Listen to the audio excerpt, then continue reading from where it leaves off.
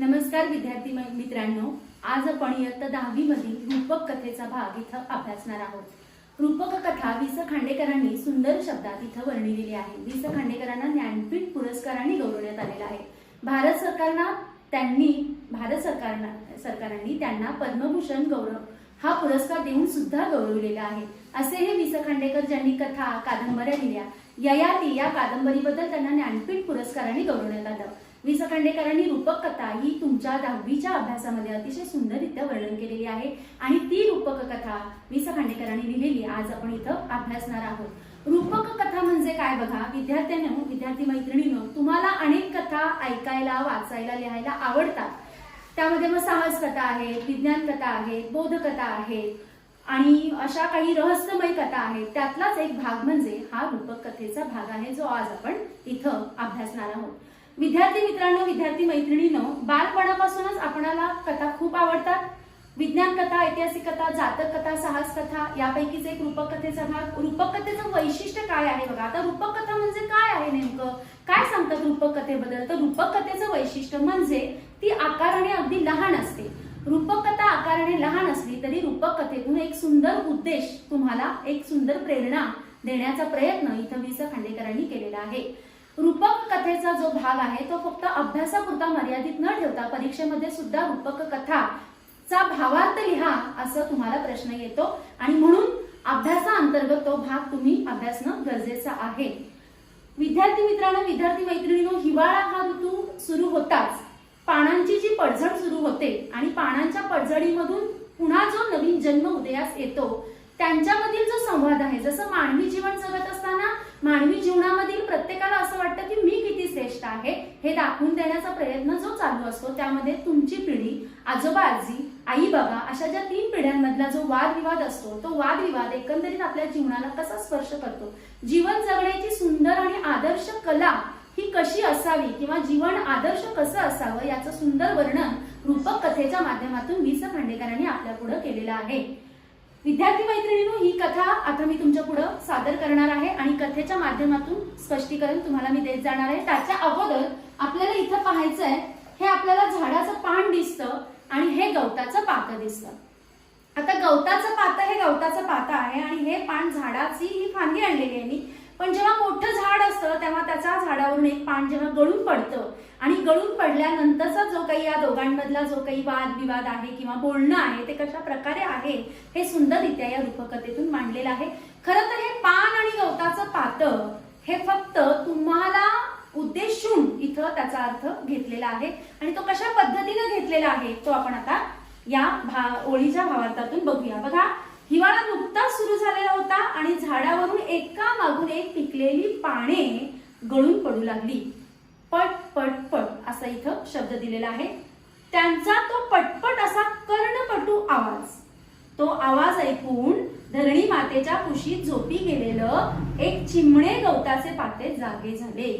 आता इथं बघा, सांगण्याचा उद्देश म्हणजे काय आहे, मोठी मोठी वृक्ष आहेत, त्या मोठ्या मोठ्या वृक्षांमध्ये आंब्याचं झाड आहे, वटवृक्ष आहे, इतर बरीचशी मोठी मोठी वृक्ष असतात आणि ज्याला जी पानं असतात त्या पानाचं आयुष्य जेव्हा संपतं तेव्हा ते पान गळून पडतं, म्हणजे असं पट्टीशी जमिनीत खाली पडत नाही बघा, आणि गळून पडता पडता ते पान पडताना अशा गिरक्या घेत घेत घेत खाली येतं। म्हणजे हे पान जे आहे ते पान असं पट्टीशी झाडावरून असं गळून असं पट्टीशी खाली पडत नाही, तर ते असं गिरकी घेत घेत उंच झाडावरून पडत असताना गिरकी घेत घेत घेत ते जमिनीत पडतं। पण त्यावेळेला मात्र अतिशय गर्वानं फुलून आलेलं गवताचं पातं, त्याला काय म्हणतं इथं त्याचाच अर्थ आपल्याला स्पष्ट केलेला आहे। ते गवताचं जे पातं असतं ते सुंदर स्वप्न बघत असं, डोलत असतं, जमिनीतून वर डोकावत असतं आणि त्याच वेळेला नेमकं गवताचं पान हे गिरक्या घेत घेत खाली पडतं। पण त्या गिरक्या घेत घेत खाली पडण्याच्या आवाजाला इथं कर्णकटू आवाज असा दिलेला आहे, पटपट पडतं आणि मग त्यावर त्या गवताच्या पानाचं बोलणं काय आहे बघा, कसं बोलतं ते पातं, गवताचं पातं पानाला कसं बोलतं बघा, पडता पडता किती कटकट करतोस तू, तुझ्या या दंग्यानं माझ्या साऱ्या गोड गोड स्वप्नांचा चुराडा झाला की। म्हणजे बोलण्याचा आवेश इथं गवताचा पात्याचा कसा आहे बघा। अगोदर आपण ही कथा नीट समजून घेऊ आणि नंतर त्याचा भावार्थ तुमच्या शब्दात मी इथं स्पष्ट करणार आहे। इथं पानाला मग राग आला, ते चिडून मग त्याच्यावर ते उत्तर काय देतं बघा पानाला, अरे जा चिडखोर बिब्बा कुठला. म्हणजे त्यालाही राग आलेला आहे, माझ्या पटपट पडण्याचा इतका याला राग आलेला आहे म्हणून तो त्याच्यावर चिडतो. त्याचंही उत्तर तसंच असतं, अरे जा चिडक्या बिब्बा कुठला. बिब्बा म्हणजे काय तर बऱ्याचदा बिब्बा हा पदार्थ आहे तो आपण खाण्यापिण्यात वापरत नाही, इतरत्र त्याचा जास्त वापर होत नाही. बिब्बा तुम्ही पाहिला असेल, काळा छोटासा असा बियासारखा तो पदार्थ असतो. अमावस्याला आपण लिंबूला खाली बांधला जातो आणि जास्तीत जास्त तो वापरण्यातला पदार्थ नाहीये. उष्णतावर्धक असा पदार्थ असल्यामुळे तो आपल्या ह्याच्यात नसतो जास्त. तर त्याला बिब्बाची इथं उपमा दिलेली आहे. म्हणजे इथे एक अलंकार तयार झालेला आहे. मातीत जन्मून मातीतच लोळणाऱ्या तुझ्यासारख्या शूद्र गवताच्या पात्याला आमच्या या उच्च वातावरणाची कल्पना कशी येणार. म्हणजे बघा ते पान गवताच्या पात्याला काय म्हणतं, तू तर मातीतच जन्मलात आणि मातीतच राहतोस, पण मी मात्र वर राहून खाली पडल्यानंतर तुला जेवढा त्रास होतो ते तू सांगतोस. तुला त्याची काय कल्पना की मी किती श्रेष्ठ आहे. म्हणजे प्रत्येक जण आपल्या श्रेष्ठत्वाची जाणीव इतरांना करून देण्यात कसं आपलं आयुष्य व्यर्थ घालवतं, हा अर्थ इथं स्पष्ट होतो. आता त्याच्या पुढचं बघा, तो आणखीन काय सांगतो, हा दंगा नाही बेटा, हे गाणं चाललंय. म्हणजे तुम्ही तुमचं जीवन जगत असताना जीवनातला आनंद किती छोट्या छोट्या गोष्टींमधून घ्यायचा आहे हे सुद्धा इथं स्पष्ट होतं. मानवी आयुष्यामध्ये पानाचं जर आपण इथं जागा बघितली तर तिथं एका मानवाला हा उद्देश इथं वि स खांडेकरांनी केलेला आहे. ते पान म्हणतं की मी जे पडतो ना ते गाणं म्हणतोय, तू अरसी काय आहेस, त्यामुळे तुला काय कळणार या जीवनातली मजा. पुढं बघा, इथं अरसिक हा शब्द त्यांना गवताच्या पात्याला वापरलेला आहे. ते पुन्हा असं त्यांचा वादविवाद सुरू असताना पुन्हा ते गवताचं पाता आहे ते कुशीत झोपलेलं असतं, ऐकतं पानाचं बोलणं ऐकतं. पण ते जे पान आहे की नाही ते जेव्हा असं बोलत असतं तेव्हा त्याला माहित नसतं की आता मी सुद्धा या जमिनीत पडून माझं पूर्णपणे अस्तित्व नष्ट होणार आहे. तरी देखील जाता जाता सुद्धा ते सिद्ध करतं की मी किती श्रेष्ठ.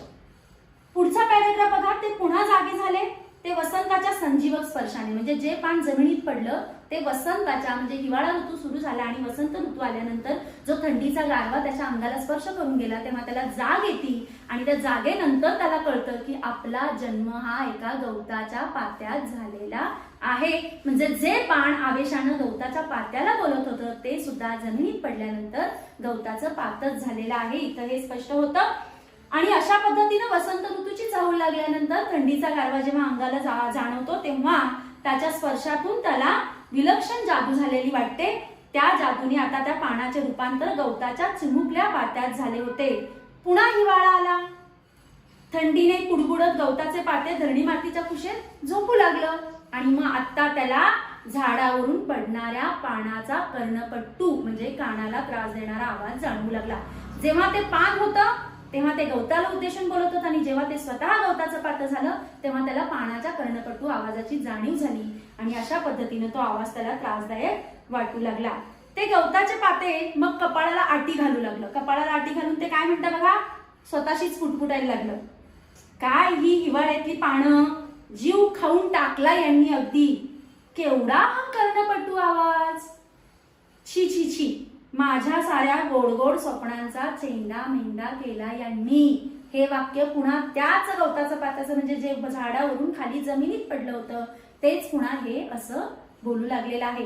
विद्यार्थी मित्रांनो, विद्यार्थी मैत्रिणींनो, याचाच अर्थ असा आहे की जीवन जगत असताना तुम्ही तुमचे आई बाबा, तुमच्या आजी आजोबा ह्या ज्या 3 पिढ्या आहेत त्यांच्यामधलं हे संभाषण इथं दिलेलं आहे. जीवनाची जी मूल्य आहेत ती मूल्य स्वीकारत असताना आपण बऱ्याचदा बघा, उदाहरणार्थ एखाद्या वेळेस तुम्हाला आई बाबा उठवायला येतात तेव्हा तुम्ही सकाळी रागाने म्हणता थांब ग, अजून काय आहे, अजून 5 मिनिटं थांब, अजून 10 मिनिटं थांब. हे जे तुमचं बोलणं असतं आणि जेव्हा तुम्ही बालक होता, जेव्हा तुमच्या पाल्याला तुम्ही ही भूमिका स्वीकारून जेव्हा हे करत असता तेव्हा सुद्धा त्यांची उत्तरे हीच येणार आहेत. अशा पद्धतीचं एकंदरीत वर्णन ह्या गवताचे छोट्याशा पात्यातून वि स खांडेकरांनी तुमच्या पिढीसाठी, तुमच्या पिढीचा अर्थ समजावून देण्यासाठी मांडलेला आहे. रूपक कथेचा भावार्थ इथं थोडक्यात तुम्हाला दिलेला आहे. बघूया आपण. अगदी साध्या सुध्या अशा नैसर्गिक गोष्टीतून मानवी जीवनाच्या स्वभावाचे विविध पैलू दिग्दर्शित करण्याचे लेखकाचे सामर्थ्य या कथेमध्ये तुम्हाला सुंदर रीतीनं प्रगट केलेले आहे. गळून पडलेली पानं पुन्हा मातीत मिसळतात आणि पुढे त्या मातीतूनच गवताची चिमुकली पाती डोकावून वर पाहू लागतात. दोघांच्याही अंतरंगात खेळणारा हा जीवन रस एकच आहे, पण तो तुम्हाला कळत नाही. मानवी जीवनाचं जीवन जगण्याचं सार्थक एकच असतं, पण तुम्ही तुमच्या वयानुसार वागता म्हणून त्यावेळेला तुम्हाला ते जाणवत नाही, असंच इथं स्पष्ट केलेलं आहे. झाडावरून गळून पडणारे पान आपल्या उच्च पदाचा खोटा अभिमान बाळगतं की मी उच्च झाडावरून खाली पडलो. गवताच्या पात्राला ते शूद्र लेखतं, म्हणजे गवताचं जे पात्र आहे त्याला ते शूद्र लेखतं, कमी लेखतं. म्हणजे मानवी जीवनात सुद्धा असंच आहे बघा, दुसऱ्याला कमी लेखायचं. आणि याचंच हे छोटंसं सुंदर उदाहरण आहे. आणि त्या पडणाऱ्या पानाचा आवाज ऐकून आपली सुंदर स्वप्न कशी भंग झाली याची तक्रार करणारे पाते हे इथं आपल्याला दिसतं. मानवी जीवनातील कितीतरी विसंवाद या साध्या विरोधात प्रतिबिंबित झालेले आहेत. अशा पद्धतीने ही छोटी रूपक कथा आहे जी तुमच्या समोर वि. स. खांडेकरांनी मांडली, गवताचं पात्र. रूपक कथेचा भावार्थ तुम्ही स्वतः लिहा. धन्यवाद.